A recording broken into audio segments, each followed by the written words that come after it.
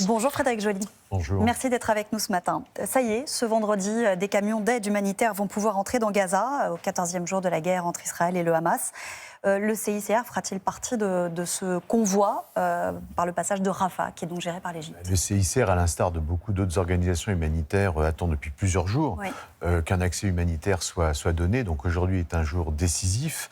C'est un jour où on va voir si ça passe, si ça fonctionne bien. Donc c'est un peu un jour test. Mais il faut imaginer que ce passage doit devenir très rapidement pérenne, garanti, qu'il n'y ait pas de combat et qu'une assistance la plus massive possible puisse rentrer, puisque vous avez des centaines de milliers de personnes qui sont dénuées de tout. Je veux dire, toutes les pénuries se sont accumulées en ces 2 semaines. Et que donc toutes les urgences sont clairement identifiées. Maintenant, le vrai problème, ça va être de coordonner cette aide à l'intérieur de la bande de Gaza. Une immense promiscuité. Il y a eu un déplacement de population extrêmement important vers le sud. 1 million de personnes en 15 jours. Exactement. Les routes sont endommagées. C'est un accès par voie terrestre. Les infrastructures nécessaires à la survie des civils, beaucoup ne fonctionnent plus. Les hôpitaux ne fonctionnent plus parce qu'il faut à la fois réalimenter les pharmacies centrales, mais aussi permettre d'avoir de l'électricité et de l'eau potable.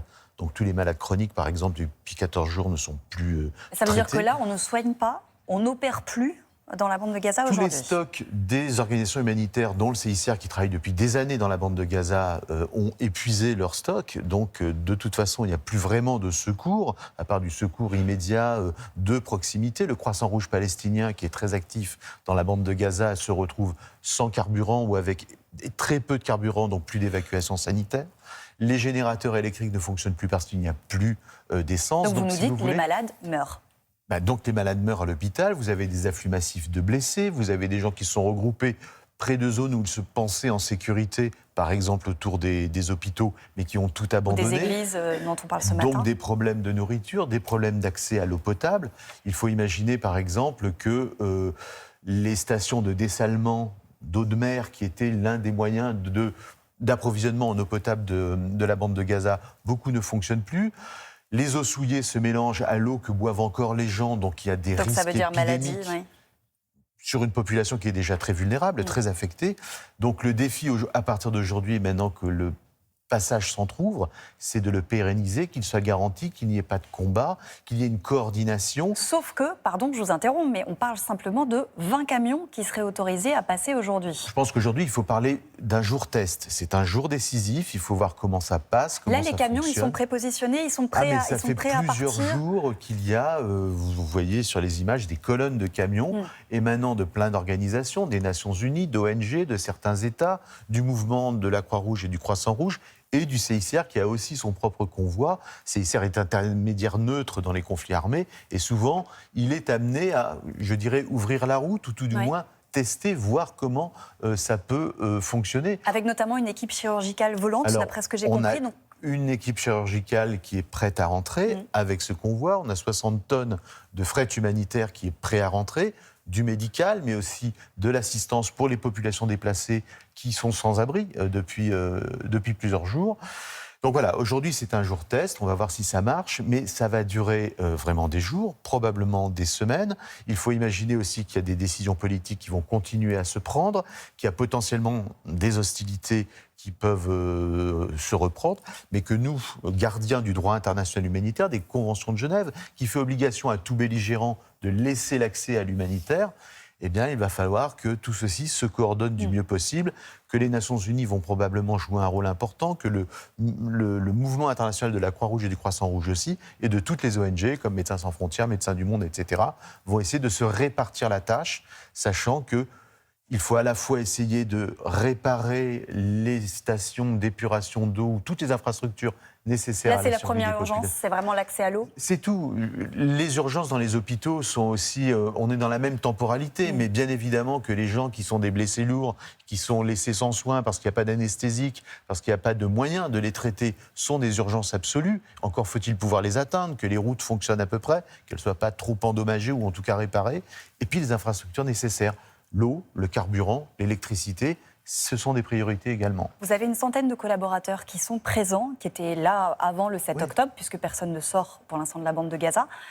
Vous échangez avec eux? Bien sûr. Ils sont en sécurité? Dans quel état sont-ils Ben, aujourd'hui? ils sont fatigués, mais au même titre, enfin, la population gazaoui est encore beaucoup plus fatiguée. Mais ce que fait actuellement le CICR avec ses personnels sur place, c'est justement des évaluations qui sont échangées avec les collègues qui s'apprêtent à rentrer et avec d'autres institutions humanitaires comme les Nations Unies ou les ONG pour justement commencer ce travail de coordination. Une fois de plus, il ne faut pas qu'on se loupe. Quand je dis on se loupe, c'est que l'humanitaire, ça devienne une grosse pagaille. Vous avez des populations qui sont fatiguées. Il y aura des déplacements nouveaux probablement vers des points de ravitaillement, des points d'eau, des points de nourriture, etc. Donc c'est très important de, je dirais pas réussir, mais en tout cas que la meilleure des coordinations possibles puisse se faire, et ceci sans hostilité. Il est évident que si des combats continuaient, le défi logistique est tel qu'il est illusoire d'imaginer que ça puisse fonctionner. Vous jouez aussi, le CICR, un rôle de négociateur. Vous intervenez auprès des Israéliens et du Hamas comme intermédiaire neutre sur la question des otages. J'imagine bien que vous ne pouvez pas parler de l'état des discussions, mais est-ce qu'elles avancent? Y a-t-il un dialogue? Je disais tout à l'heure que le CICR est intermédiaire neutre dans les conflits. Il a un mandat très spécifique qui consiste notamment à s'interposer entre les belligérants pour négocier des sujets humanitaires. Négocier otages, quoi? D'aller voir, vous, les otages? Le CICR visite, dans toutes les situations de conflit armé, les prisonniers. C'est son travail, les gens qui sont privés de liberté en général. La question des otages est dans nos top priorités. On est en contact avec toutes les autorités nécessaires des deux côtés, mais aussi avec beaucoup de chancelleries dont l'influence peut aussi aider, et que notre travail, c'est de pouvoir au moins avoir accès, avoir des informations à partager avec les familles. Le droit humanitaire prévoit aussi le droit de savoir, c'est-à-dire le droit de savoir des familles ce qu'il est advenu d'une personne, d'un proche porté disparu. Ben, c'est vous avez certaines informations, vos collaborateurs ont pu voir des otages? On est en contact. Alors la confidentialité des fois est parfois mal comprise ou mal acceptée parce qu'il y a toute la douleur indicible des familles qui est plus que réelle, mais on sait aussi que c'est la confidentialité qui va nous permettre d'avancer et de négocier avec toutes les parties et de pouvoir échanger des informations qui, si elles étaient publiques, pourraient refermer les canaux. Un exemple très simple, quand vous visitez une prison, ce que fait le CICR partout sur la planète, si vous dénoncez publiquement ce dont vous avez été témoin, vous ne pourrez plus revenir dans la prison. Le but du CICR, c'est de revenir et de répéter ces visites, et que bien évidemment la question des otages est au centre de nos préoccupations. Merci beaucoup, Frédéric Joly.